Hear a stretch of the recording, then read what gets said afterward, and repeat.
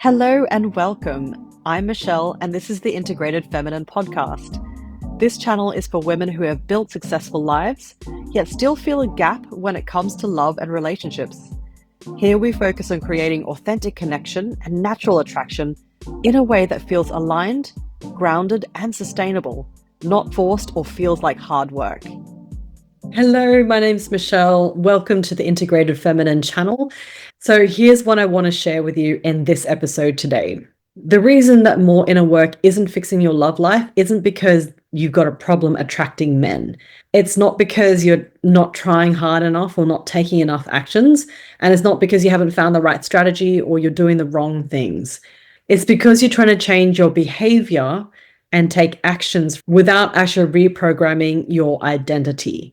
Now, your identity will always win, and I'm going to show you a little bit more about that in this episode. Now, this is not dating advice. I'm actually anti-dating, and you'll soon see the reasons why.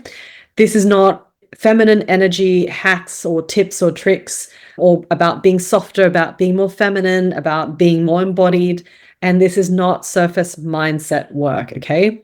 So today I'm going to show you exactly why awareness alone isn't enough and what you actually need to do and what needs to happen so you can have that real lasting change, which is that identity transformation. So let me ask you something. How many times have you had a moment of awareness where you've had a massive, amazing breakthrough about the things that you keep doing?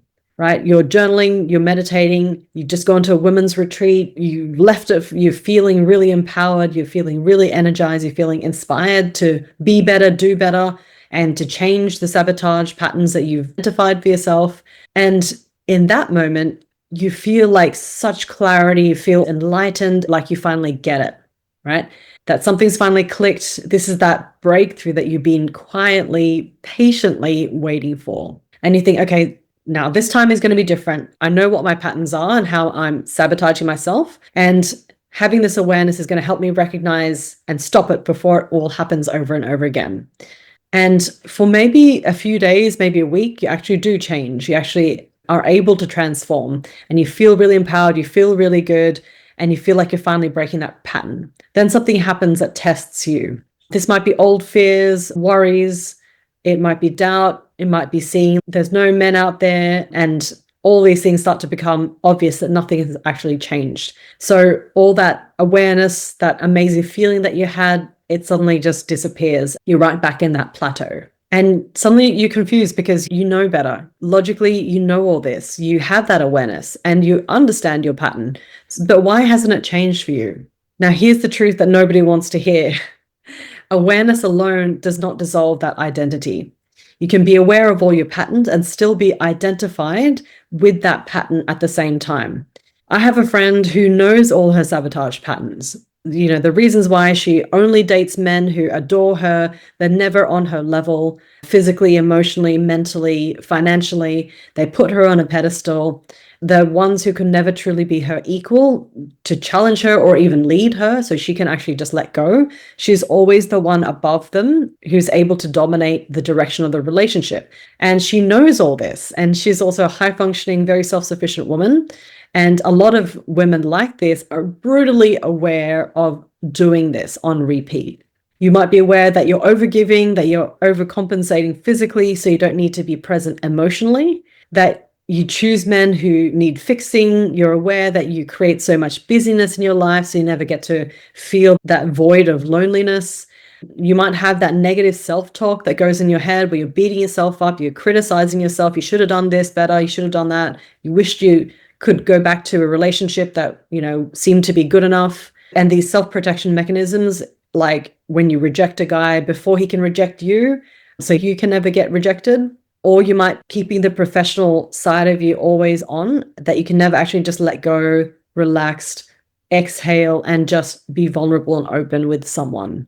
So your conscious mind has the awareness, but your subconscious mind is still running that old program. And guess which one is stronger? It's your subconscious. Think about it like this.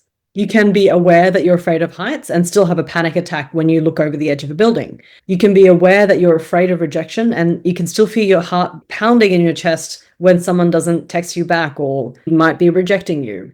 You can be aware that you're a people pleaser, but you might still find yourself saying yes to those things that you actually don't want to do because that's what you were taught to do. Do those hard things and you'll be better off in the long run. These are all those old patterns that were drummed into us when we were kids. Awareness is the first step, but it's not the only step because that awareness lives in your conscious mind, and your conscious mind is only about 5 to 10% of your brain. And your subconscious mind, that's probably 90 to 95% of your brain. And your subconscious mind, it doesn't care about your awareness. It only cares about safety and keeping you safe. So here's what's actually happening. When you do all this inner work, you gain all this awareness, right? It's amazing.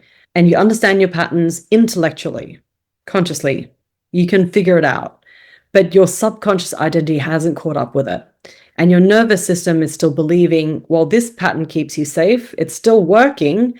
So therefore, it must be worthy and it's going to keep you alive. So it's going to keep running that pattern. So even though your conscious mind knows better, your subconscious mind is still running the old program and repeat automatically. And your subconscious will always win in a conflict if it's your conscious mind or your subconscious mind. It's like that time when you felt unsafe, you went into fight-flight mode. Your body learned to breathe shallow to conserve energy in case you needed to hold your breath suddenly or you needed to quickly run.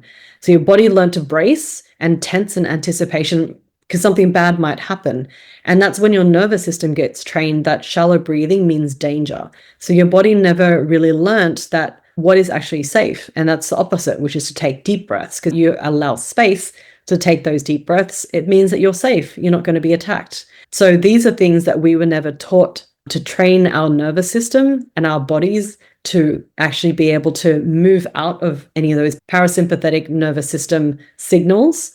So here's the thing, you can't out-strategize your subconscious patterns. You can't think your way out of a pattern because your nervous system is still running that pattern. It's going to win. You can't willpower your way into a new identity. That's just not how willpower works. It's not what it's designed for. So willpower, it's like the shoelaces on your running shoe. And when you need to change your running shoe to a new pair of shoes, tying up those shoelaces on the old pair isn't going to help, right?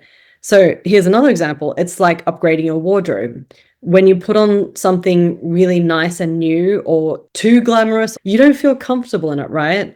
Because the woman wearing that new outfit, it doesn't feel that same vibration or that same identity level as that new style.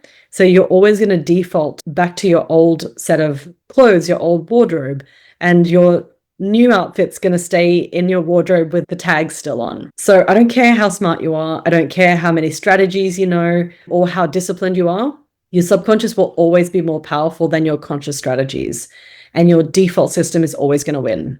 It's because your subconscious mind is running automations and they are so powerful. You don't have to remember how to breathe, how to walk, how to read. You automatically do these things, right? You cannot unread something. Now, these are programs that have been installed in your nervous system since you were a kid, and they run automatically over and over. And if you keep using them, they keep getting stronger, right? Keep getting better.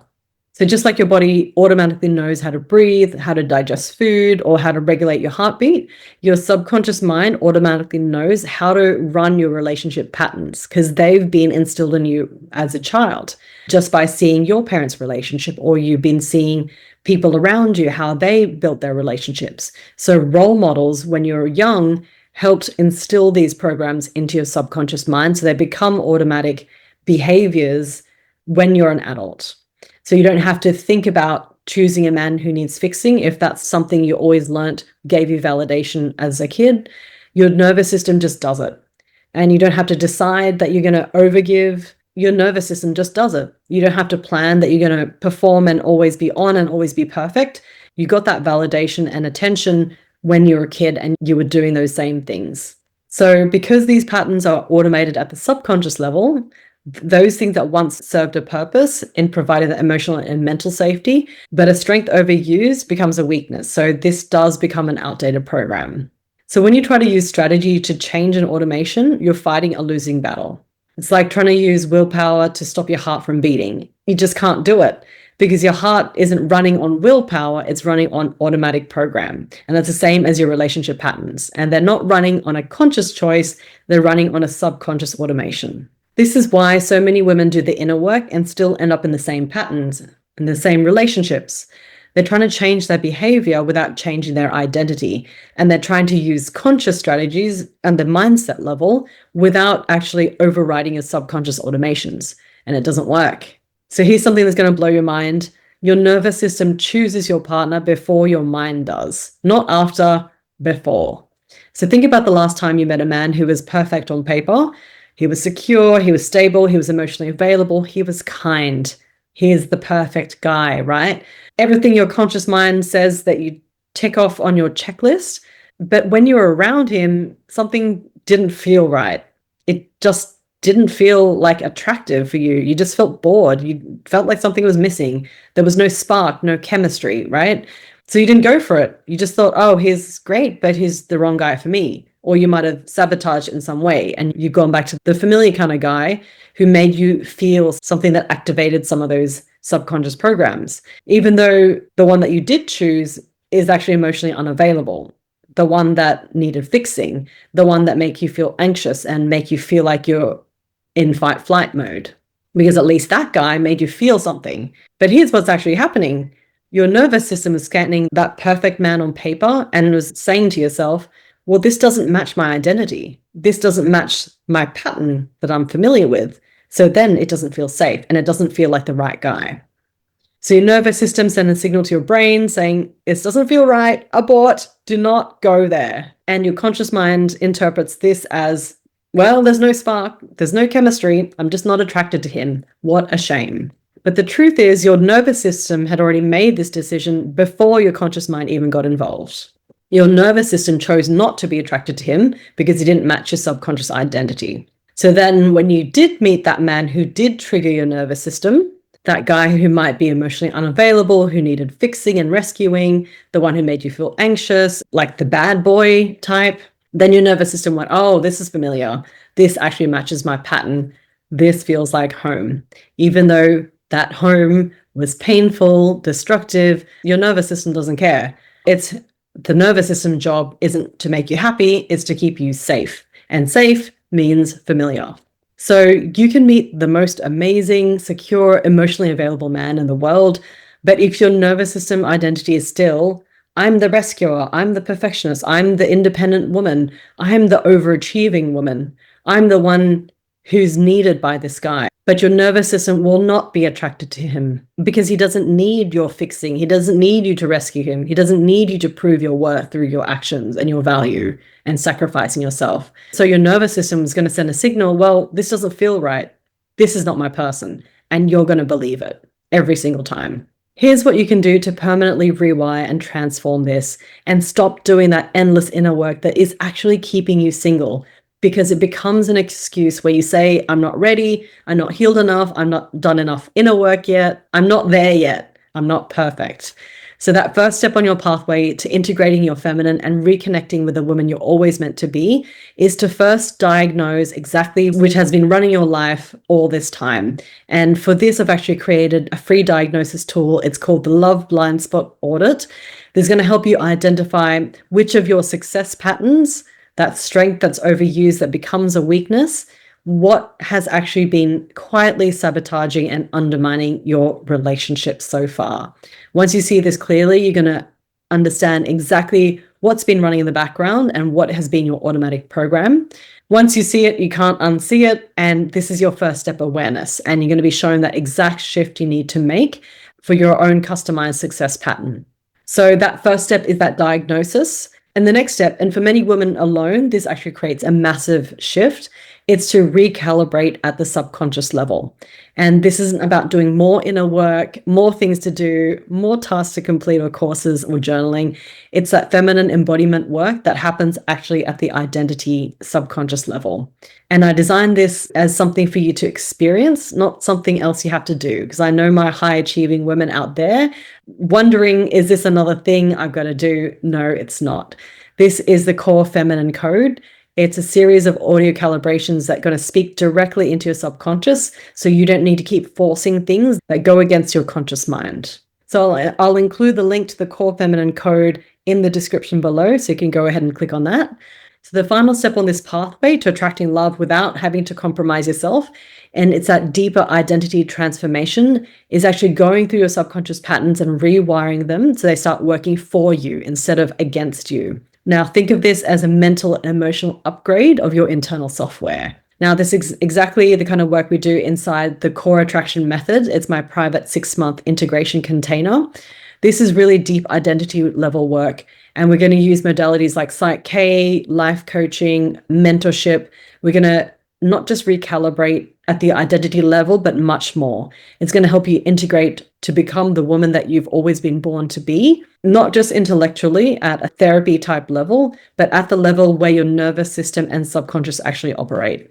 Because once that shift happens, well, attraction, relationships, and even your way of life, it's going to start to change. And if you feel called to that level of transformation, you can apply to work with me privately. And I'm going to put a link in the description below as well. So this brings us to the end of another episode. I hope you take something away with you from this conversation. Hopefully it's sparked a real shift in the way you see things. Awareness is that first step. And hopefully you can carry that insight into your life and implement that as well. So if you resonate with this episode, please like and subscribe. It's going to help the channel a lot. It's going to help spread the word to other incredible, amazing women out there in the world. And if you feel called to it, please forward this episode and this podcast to any amazing women who might need to hear this right now. So go ahead, click on the links below that most resonate with you. And I look forward to working with you to attract love without the compromise. I'll see you later. Thank you for listening to The Integrated Feminine. If this conversation gave you clarity, stay with me by subscribing. And if you're ready for deeper support, you'll find more at www.michellechungcoach.com. Until next time.